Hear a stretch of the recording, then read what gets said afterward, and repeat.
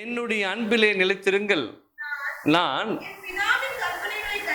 என் பிதாவின் கற்பனைகளை கைக்கொண்டு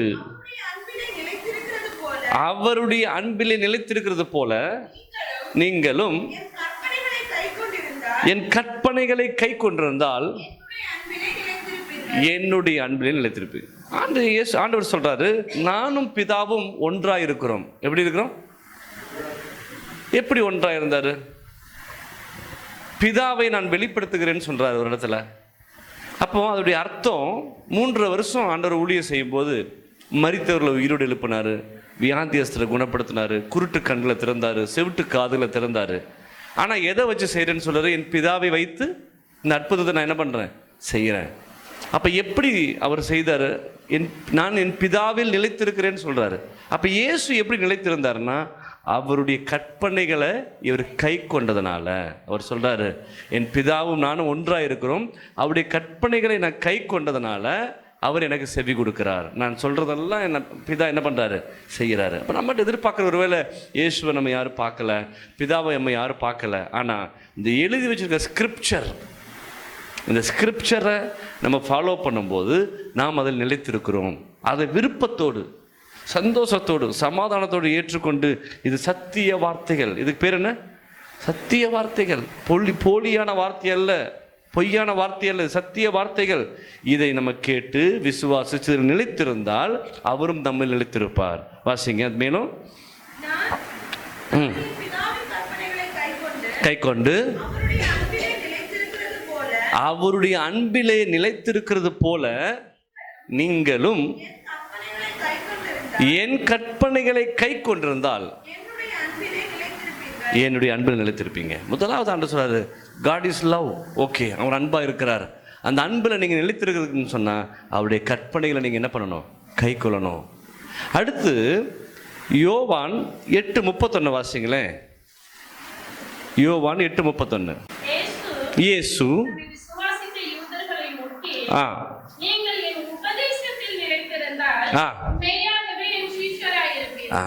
எதில் நிலைத்திருக்க சொல்றார் ஆண்டவர்? உபதேசம். நிறைய பேருக்கு உபதேசம் என்ன தெரியுமா? கிறிஸ்துவின் உபதேசம். உங்களை பார்த்து கேட்க மாட்டாங்க, நீங்க கிறிஸ்டின் தானே அப்படின்னு சொல்லுவாங்கல்ல. நீங்க கிறிஸ்டின் தானே. அப்ப கிறிஸ்டினுடைய சாராம்சம், கோர், அதுல மெய்யான விஷயம் என்ன? சும்மா ஒன்றா சொல்லுங்க. என்ன சிஸ்டர்? விசுவாசிக்கணும். அடுத்து சரி, விசுவாசிக்கிறது, அன்பா இருக்கிறது, இதெல்லாம் வந்து நம்ம அவர் மேலே காமிக்கிறது. ஒரு கிறிஸ்துவை என்ன பண்ணணும்னா, முதல்ல பொய் பேசக்கூடாது, 2 திருடக்கூடாது, ஏமாற்றக்கூடாது. அடுத்து இப்படி சொல்லுங்க, கிறிஸ்துவின் உபதேசம் என்ன? உபதேசங்கள்னு நிறைய இருக்குது. அதை பொதுவாக சொன்னால் இந்த உபதேசத்தில் என்ன பண்ணணும் சொல்லுங்க. எல்லாரும் போடுறது போல நம்ம பண்ண முடியாது. நம்ம ஒரு ஹிந்து கோயிலில் போய் நம்ம வந்து சாப்பிட முடியாது. புறஜாதிகள், கிறிஸ்துவ அறியாதவங்க கூட்ட நம்ம என்ன பண்ண முடியாது. சம்பந்தம் வெரி டேஞ்சரஸ். அதான் பைபிள் சொல்றீங்க, ஒன்று நீ இதில் தெரிஞ்சுக்கிட்டா அதில் நிலைத்திரு, இல்லாட்டி இதை விட்டு. ஆண்டவருக்கு ஒரு நிர்பந்தமும் இல்லை, ஆண்டவருக்கு ஒரு நஷ்டமும் இல்லை. அவர் தெளிவாக சொல்லிட்டாரு, என் நிமித்தம் நீங்கள் எல்லாரும் என்ன பண்ணுவீங்க, பகைக்கப்படுவீர்கள். நீங்கள் கிறிஸ்துவிட்ட ரொம்ப தீவிரமாக இருந்தால் சொந்த தாயும் தகப்பனும் உங்களை அங்கீகரிக்க மாட்டாங்க, மாமனார் மாமியார் அங்கீகரிக்க மாட்டாங்க, கூட பிறந்த சகோதர சகோதரிகள் அங்கீகரிக்க மாட்டாங்க. காரணம், நீங்கள் இந்த உபதேசத்தில் ஸ்ட்ராங்காக இருந்தால் காம்ப்ரமைஸ் பண்ண மாட்டீங்க. நீங்கள் காம்ப்ரமைஸ் பண்ணிட்டு இருந்தீங்கன்னு சொன்னால் உபதேசத்தை மீறி நடக்கிறீங்கன்னு அர்த்தம். அப்போ நீங்கள் அவரை ஏமாற்றும் போது அவர் உங்களை ஒரு நாள் ஏமாற்றுவார். அப்போ நம்ம இல்லை பாஸ்டர், சர்ச்சுக்கு வந்து என்ன பிரயோஜனம், நான் ஞானஸ்நானம் எடுத்து என்ன பிரயோஜனம், ஆண்டவருக்கு வந்து என்ன பிரயோஜனம் அப்படி சொல்லி லாஸ்ட் நாள் துக்கப்பட்டு பிரயோஜனம் இல்லை. நீங்கள் என்ன பண்ணணுமா, நிலைத்திருக்கணும், அந்த வசனத்தில் நிலைத்திருக்கணும், உபதேசத்தில் என்ன பண்ணணும், நாம் அட்லீஸ்ட் சில எத்திக்ஸ் எப்போதும் வச்சுருக்கணும்.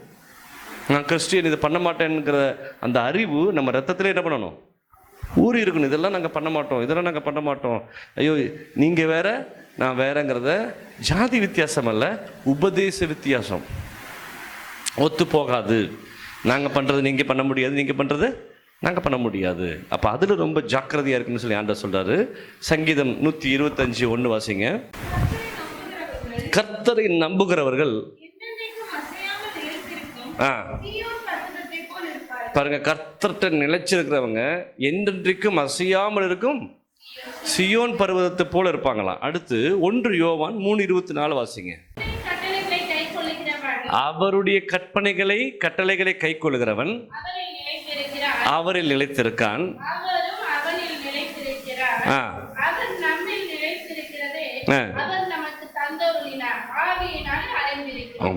தேவன் நமக்கு ஒரு ஆவியை கொடுத்திருக்கிறாரு. நம்ம ஞானஸ்தானம் எடுக்கும்போது ஆண்டவர் ஒரு மனம் திரும்புகிற ஒரு ஆவியை கொடுத்துருக்கிறாரு. அந்த ஆவி நமக்குள்ள இருக்கிறதுனால நம்ம எப்படி இருக்கிறோம் சொல்லுங்க? அந்த ஆவி நம்மளை வழிநிறுத்துறதுனால நம்ம அவரோடு என்ன பண்ணிருக்கோம்? நிலைத்திருக்கிறோம். யோவான் 6:56 வாசிங்களேன். யோவான் 6:56. என் மாமிசத்தை புசித்து என் ரத்தத்தை பானம் பண்ணுகிறவன் என்னிலே நிலைத்திருக்கிறான், நானும் அவன் நிலைத்திருக்கிறேன். பாருங்க, இப்போ நம்ம இன்னைக்கு திருவிருந்து வச்சிருக்கிறோம். Importance of the communion. ஆண்டவருடைய திருவிருந்தில் பங்கு பெறுவதில் மிக முக்கியமாக இருக்கணும். இன்னைக்கு சொற்ப ஜனங்கள் தான் வந்துருக்குறீங்க பாருங்க. இப்போ அங்கே வடவழி வந்தால் கஷ்டம்னு சொல்லி தான் நம்ம இங்கே ஒரு சர்ச் ஃபார்ம் பண்ணி வச்சுருக்கோம். நிறைய பேருக்கு வரல, அவங்களுக்கு இதனுடைய முக்கியத்துவம் என்னன்னு தெரியல. இது உயிர்ப்பிக்கிறது, உங்களுக்கு ஜீவன் கொடுக்கறது, அவரை போல மாறுறது, அவருடைய குணாதிசயத்தை ஏற்றுக்கொள்வது. என்ன பலவீனமாக இருந்தாலும் உங்களை சரிப்படுத்தக்கூடியது இந்த திருவிருந்து தான். ஆமென், ஹல்லேலூயா. அப்போ இந்த திருவிருந்து எடுக்கிறதுல மிக மிக மிக ஒரு இம்பார்ட்டன்ஸ் நம்ம லைஃப்பில் எப்போதும் வைக்கணும். அதை ஸ்கிப் பண்ணக்கூடாது.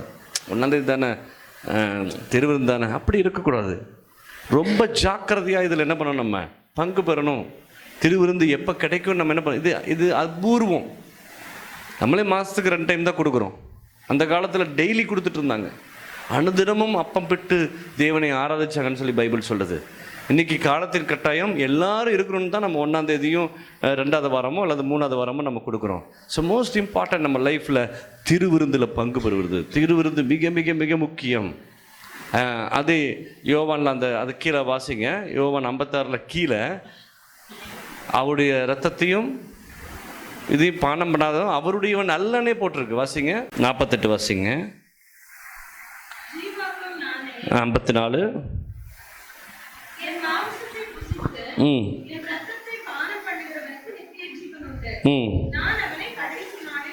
எழுப்புவேன், என் மாமிசம்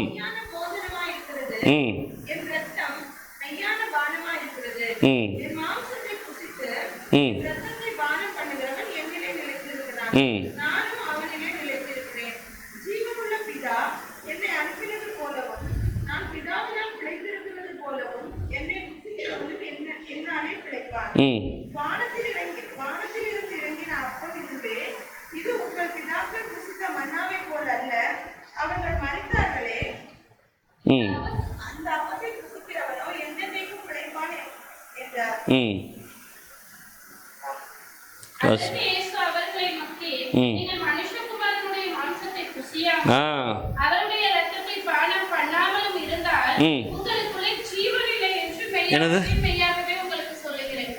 மருந்துது. இது எடுக்காம போனால் உனக்கு ஜீவன் இல்லை. மாசத்துல 1 நாள் 2 டைம் நீ இது எடுத்தாதான் அது உனக்கு ஜீவன் கொடுக்குது. இந்த உலகத்தில் மற்ற யாருக்கும் கிடைக்காத ஒரு விஷயம். அது எப்படி சொல்ல, டயாலிசிஸ் மாதிரி ஒரு ரத்த மாற்று. அப்படியே பாவ ரத்தத்தெல்லாம் சுத்திகரிக்கிற ஒரு இயேசுவின் ரத்தம் நம்மளை சுத்திகரிக்குது, நம்மளை பரிசுத்தப்படுத்துது. இயேசு கிறிஸ்துவின் ரத்தம் சகல பாவங்களையும் நீக்கி சுத்திகரிக்கும். ஷுட் பி பியூரிஃபைட், உங்களை புதிதாக்கும். அப்போ இந்த திருவிருந்தில் நம்ம என்ன பண்ணணுமா, நிலைத்திருக்கணுமா. அடுத்து 1 யோவான் 4:12-15 வரைக்கும் வாசிங்க. 1 யோவான் 4:12-15 வரைக்கும்.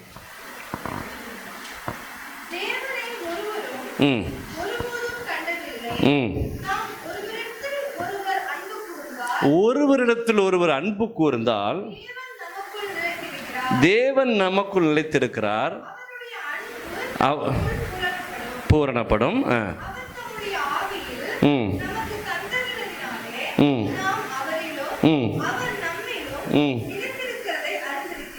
ஆமென்.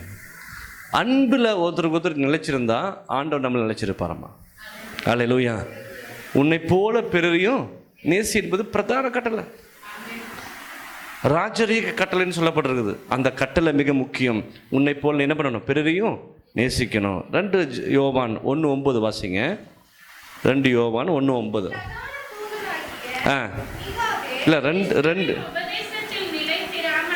கிறிஸ்துவின் உபதேசத்தில் நிலைத்திராமல் மீறி நடக்கிற எவனும் தேவனை உடையவன் அல்ல. கிறிஸ்துவின் உபதேசத்தில் நிலைத்திருக்கிறவனும் அப்பா. ரொம்ப சிம்பிள். பைபிள் சொல்லுது, இந்த உபதேசத்தை ஏற்றுக்கொள்ளாதவனை உன் வீட்டில் ஏட்டாத, இந்த உபதேசத்தை ஏற்றுக்கொள்ளாதவனுக்கு கை கொடுக்காத. ரொம்ப, அதாவது கையை கொடுக்கக்கூடாதான், வீட்டுக்கு ஏற்றக்கூடாதான். மீதி என்ன ஒன்றா சாப்பிட்றது நடக்கல. எப்படி? ஒருவன் உங்களிடத்தில் வந்து இந்த உபதேசத்தை கொண்டு வராமல்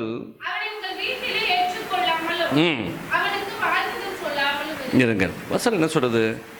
மனம் திரும்புதல், மூழ்கி ஞானஸ்நானம் எடுப்பது, அடுத்து பரிசுத்தாவினுடைய அபிஷேகத்தை விசுவாசிக்கிறது, அதை பெற்றுக்கொள்வது, அந்நிய பாஷை பேசுவது, தீர்க்க தரிசனத்தை விசுவாசிக்கிறது, நான் மரித்தாலும் பிழைப்பேன், என் ஆண்டவர் என்னை உயிரோடு திருப்பி கொண்டு வருவார். இதுதான் பிரதான உபதேசம். ஆமென்.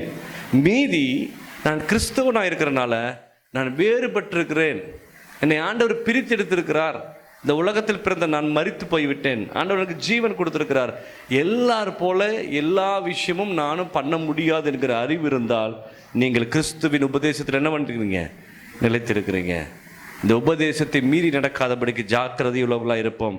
அதான் ஆண்டவர் சொன்னார், நீங்கள் நிலைத்திருந்தால் நீங்கள் கேட்டுக்கொள்வது எதுவோ உங்களுக்கு செய்யப்படும். ஹல்லேலூயா. கண்களை மூடி ஜெபிப்போம். பரிசுத்தமுள்ள நல்ல பிதாவே, இந்த வார்த்தைக்காய் ஸ்தோத்திரம். வந்திருக்கிற ஒவ்வொருவரையும் பலப்படுத்துவீராக, இந்த வார்த்தையின்படி இந்த மாதம் முழுவதும் நடத்துவீராக. தேவநாமம் மகிமைப்படட்டும், கர்த்தருடைய கிருபை கூட இருக்கட்டும். ஒவ்வொரு நாளும் வழிநடத்துவீராக. இந்த மாதத்துக்கு அநேக தேவைகள் உண்டு, தேவைகள் எல்லாம் தேவன் பூர்த்திகர பண்ணுவீராகப்பா. விசுவாசத்தின்படி நடக்கட்டும் என்று சொன்ன வார்த்தையின்படி உங்கள் வாழ்க்கையில் நடக்கட்டப்பா. மேன்மையான காரியத்தை செய்வீராக. இயேசுவின் நாமத்தில் ஜெபிக்கிறோம் நல்ல பிதாவே. ஆமென், ஆமென்.